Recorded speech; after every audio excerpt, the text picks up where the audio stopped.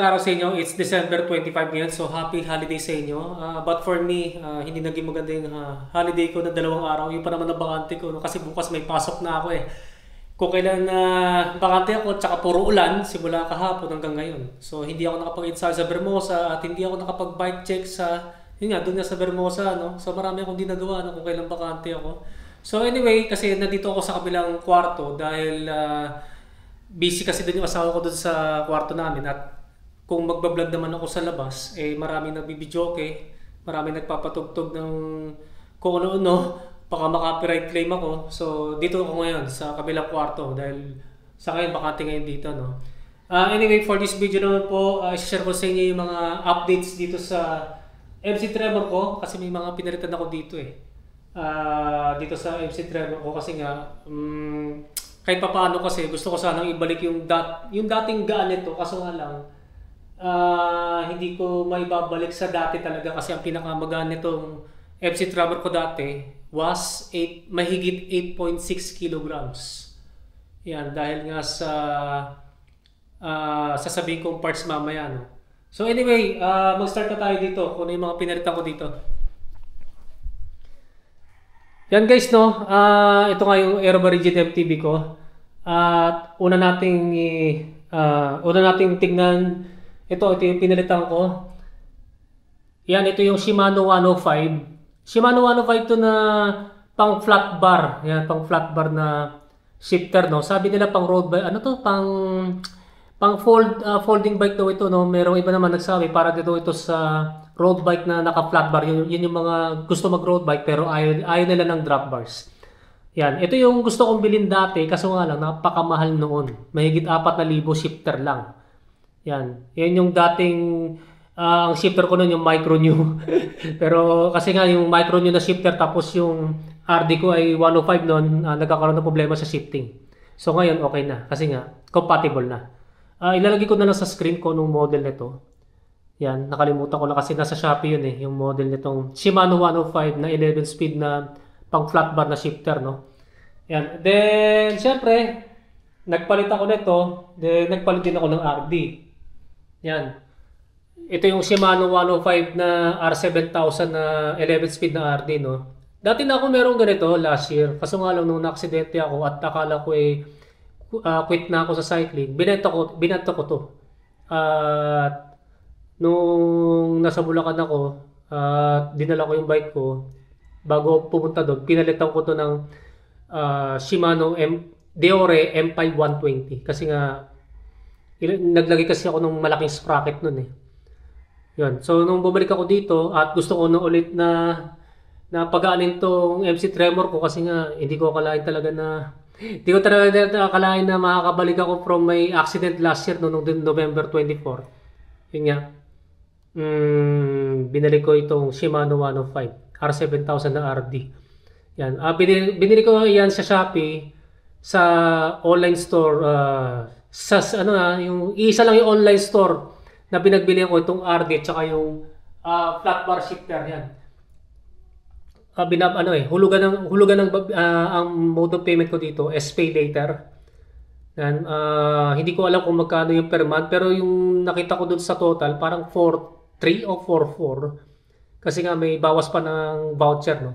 Yan, so ito yung RD ko. Then ano pa? Ayan. Kung napapansin nyo, makintab na at wala na yung mga talop-talop dahil ito na yung bago kong saddle na, no.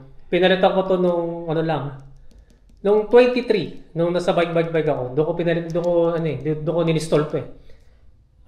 Nung nag-vlog kami ni Brian Fabricela, ang akala ko GUB yung pala. Coacheblo pala to. Coacheblo na saddle na carbon yung railings, no.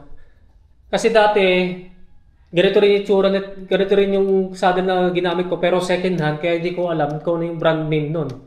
Tapos akala ko GUB yung pala, Coacheblo kasi yun ang nakita ko sa Shopee, no. Yan. So, hawakan natin, no. Yan, medyo mas malambot na kasi nga bago pa tapos nag-flex din. Katulad doon sa previous saddle ko. At saka ito nga, carbon railings. Natimbang ko na to nung December 23. Siguro mga 150 grams ito. Itong saddle na to. Kaya hindi ako nagpalit ng ibang model ng saddle kasi baka manibago na naman ako. Ayoko ng adjustment, no? So, nung kaya ito binili ko para wala ng kumbaga, same din yung magiging feel ko. Yan, at saka magana naman kasi ito eh. Nasa ano to, mahigit 800 pesos. Yan, itong saddle na to, sa Shopee ko rin nabili. Then, ito, nagpalit ako ng decals, yan. Japanese version ng Maverick JC na decals. Para may iba naman. Yan. Pinagawa ko yung kay Ivan Basog. Yan, itong sticker na to. Yan, so yan lang yung mga pinalitan ko, no? Yung mga pyesa na to. Ang current timbang nito, natimba ko to nung nag-live ako. Kasama ko si Lester siya kasi nagkabit ng RD tsaka yung shifter. 9.34. Dati tong under 9.5. Mas gagaan pa yan kapag pinalitan ko to. Ibabalik ko lang yung Boruis ko na nakakabit dito dati. Kasi itong Meroka na to, although na comfortable to sa palat ko, pero ito kasi mabigat kasi yan. Para ma-achieve ko lang yung at least lumapit lang yung dating gaan ba na itong MC Tremor ko. Yan. Tapos umorder na ako ng lang yung ordinary silicone grips lang, yung mumurahin lang. Kasi magaan din kasi yun eh. So, yun nga yung napalitan ko, no? Tapos ito yung susunod kong papalitan, ibabalik ko lang yung bar ends. Then, ano pa yung bang papalitan ko dito? Itong Sagbit Edison ko, since na hindi ko na may part to sa loob ng bahay, nasa labas, katulad niya, puro tag-ulan, tapos ngayon, puro ulan pa, yan, no? Kinakalawang na. Although na pwede pa to, no? Kaso nga ng pangit ng tignan. It's sad na nabibili nila ako ng bago. Pero hindi na yung ganitong walang pintura dito sa portion na to, no. Bibili na lang siguro ng may pintura para hindi basta-basta mga lawang. Yan. Yan parehas na may kalawang yan dito sa harap at saka diyan sa rear, no. Then may nagtatanong pala, update dito sa Pog na Ghost ko. So far okay pa naman. Hindi pa naman nababali yung dating common na issue nito yung sa crank bolt, okay naman. Wala pa naman alog, no. I-share ko sa inyo kung paano kinabit ni Jello to. Ayan. So walang spacer dito, tsaka tatlong spacer dito. Medyo nagalangan ako ba't ginawang tatlo kasi baka mamaya walang kapit, walang masyadong kapit yung thread dito eh. Pero sabi naman niya okay naman. Yan. So yung tignan natin itong dati kasi, yung dati kong Gold Dix na chainring na may 3mm offset, nagkakaroon ng konting dapis dito, yung parang may konting gas-gas to. Ito kasi zero offset, pero napakalit lang ng diferensya. Halos parang feeling ko may offset pa rin to. Pero nung ginamit ko na, wala naman ako nakitang bagong gas-gas. So, yan, stick na ako dito sa chainring na to, no. Yan. Sa mga nagtatanong kung anong haba nito, lang to, 170 ang haba ng crank arm. May nagtatanong pa nga kung nakatry na ba daw ako ng 165. Hindi pa. Feeling ko hindi po pwede sa akin yung 165 kasi hindi naman kasi ako spinner. Heavy gearer kasi ako. Yan. Then, siguro pag may budget ako, ito naman yung papalitan ko. Dahil ito, nung binili ko to nung 2022, ano naman to? Japex pala to, Peggy Shimano 105. Yan, sinabihan ako ni Jello na Peggy daw to. Kasi nga ito. Yan, yan, gumagalaw. Gumagalaw eh. Yan. Tingnan ko nga. Umuusok to yan. Yan, pakita ko sa inyo. Yun. Yan ang topak nito, no? Kasi nga, Japex pala yung nabili ko. Itong 105 na to. Parang nabili ko dati yata ito na mahigit 2,000 lang eh. Kasi ang 105 ngayon, nasa mahigit 5,000. Ang Shimano 105. Siguro, ang papalit ako dito kasi wala akong pabili ng Shimano 105 na original. Siguro, R550 kasi nga lang, medyo mas mabigat kasi dito, nag-aalangan na kasi. Kasi magaan to, nanghihinaya kasi ako kahit Japex to, no? Ano pa? Dito naman sa ribset ko, Aerowick Bronco, may issue ko dito. long-term issue. Kaso nga lang, hindi ko muna sasabihin sa inyo kung anong issue nito, no? Ano na lang sa mga susunod na video na lang. Ito kasi, ano to kasi, yung wheelset ko, bala ko kasing mag-try ng 700C na pang gravel o road bike na rim set, no? Kasi dati sa trust na try ko na yun yung Sagbit Racing Force 1 na gravel na rim set, no?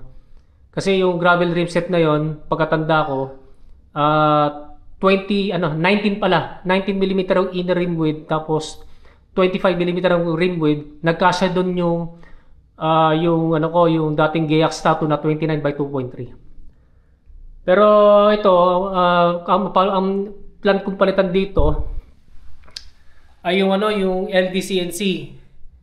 LDCNC na aero rim set, no. Nung tinimbang ko kasi nasa mahigit 1.9 kilograms. At pwede pa rin ipagaan yun kung papalitan ko ng pillar spoke. Kasi mas magaan yung pillar spoke kasi dun sa stock spokes na nakakapit dun sa LDCNC na pang disc brake na road bike rim set, no. Kaso nga lang, mas magaan pa rin kasi itong Heroic Bronco eh. Nagtitimbang lang yan ng 1.71 kilograms eh. Tsaka mas malaki yung gagastusin ko. Kapag yun ang option na bibilin ko yung LDCNC, no? Kasi sa bike mahigit 5,000 kasi yung LDCNC na rim set na pang disc brake. Yun, no? Kaya medyo nagdadalawang isip ako, no? Gusto ko kasi malang nag-aalangan ako kasi medyo mahal na magiging gagastusin ko. Then ang gulong na papalitan ko, yung gulong pala na ikakabit ko doon sa LDCNC, since na itong balugo ko, hindi po pwede yung 29 by 2.0 na gulong na MTB. Ang plano ko is 700 by 47C. 700 by 47C kasi nga pag kinabit ko yun, ang estimated na magiging clearance na siguro mga 5mm o 4mm. Dito naman sa likuran, ang maximum na gulong na na-experience ko dito, 29 by 2.0 na Maxxis Grifter. Dati Yun. Hindi po pwede yung 2.1 at saka 2.2. Pero kung matuloy yung yung LDCNC ko na rim set na Aero, 700 by 50C naman. Yung 700 by 50C, parang yata yun 29 by 1.9. Ito naman yung 700 by 47C, ang tingin ko pagkatanda ko nasa 1.8. So hindi naman masyadong hindi masyadong magiging malit yung itsura, no? At saka pagdating sa side view, medyo okay naman yun. Tingin ko kasi nga 40mm kasi yung depth, ang estimation depth ng rim na yun. Kaso nga lang bibigat kasi nga kaya napag-isipan ko yun dahil sa kung matuloy ako sa La Union, yung papunta naman sa La Union majority ay flat, konti lang naman yung ahon. Yun sana ang bala kong gagamitin na rim set. Yan yun. Kaso nga lang budget ang problema. Yun ang parang nagtatago por sa isip ko, no? Ayan, so guys, ito nga yung update dito sa MC Tremor ko. At hintayin nyo na lang yung gagawin ko pang yung aking final bike check na may review dito sa MC Tremor ko sa katapusan ng 2024. At idadagdag ko lang, ang papalitan ko pala dito, isa pang papalitan ko since na kinakalawang na yung mga bolts, yung iba diyan. Yan, papalitan ko rin yan ng titanium bolts. Kasi nga nakakalawang na, tsaka parang gumaan din, dagdagaan din yung aking itong MTB ko, no. So, hindi ko pa nakukuha yung pinaka-target nito, no. Kasi nga yung dating setup nito noong 2023, ang pinaka-factor kung bakit hindi ko makuha yung dating timba kasi nga yung sa gulong at saka interior. Kasi yung gulong ko dati, Continental Speed King yun. Yun kasi ang pinakamagana Continental na MTB tar. Tapos tubolito pa na magaan na TPU inner tube. Eh, yun nga, pinalitan ko na Kotak Urban. Mas mabigat yun ng konti kasi kaysa doon sa Speed King eh. Yun namang interior, pinalitan ko rin ng Maxxis welterweight kasi nga, mahirap na pag nagkaroon akong tire puncture kasi nga, nagbabike to work commute ako, baka malita ako pag natsambahan ako eh. Ayan. So, siguro, sa katapusan siguro, ma-fully, ano ko na to, ma-fully palit ko na yung mga bolts, tsaka yung bar ends, no? So, titibangin ko yan kapag pag napalitan na yung mga target kong pyesa na papalitan dito sa engine tremor ko. So, hanggang dito na lang. Happy holiday sa inyo. So, maraming salamat sa inyo panonood. And don't forget to subscribe yung aking YouTube channel. Pakiclick na lang yung notification button para ma-totally notify kayo. Yan guys, maraming salamat sa inyo and ride safe po sa inyo.